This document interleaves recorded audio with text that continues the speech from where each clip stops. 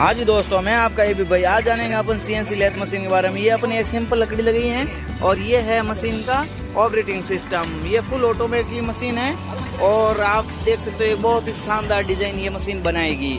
तो आप वीडियो के अंत तक जरूर बने रहे और इसी प्रकार वुड वर्किंग मशीनरी के वीडियो देखने के लिए आज चैनल को सब्सक्राइब करें और वीडियो को लाइक शेयर करें। जब तक ये देखो अपनी डिजाइन बन रही है और बहुत ही शानदार डिजाइन बनी है। तो ये देख सकते हो आप, ये अपनी डिजाइन बन के रेडी हो चुकी है और यहाँ से अपन वापस मशीन को बैक करेंगे और ये बैक किया और अपन आप ये डिजाइन बाहर निकाल, ये देख सकते हो आप बहुत ही शानदार डिजाइन।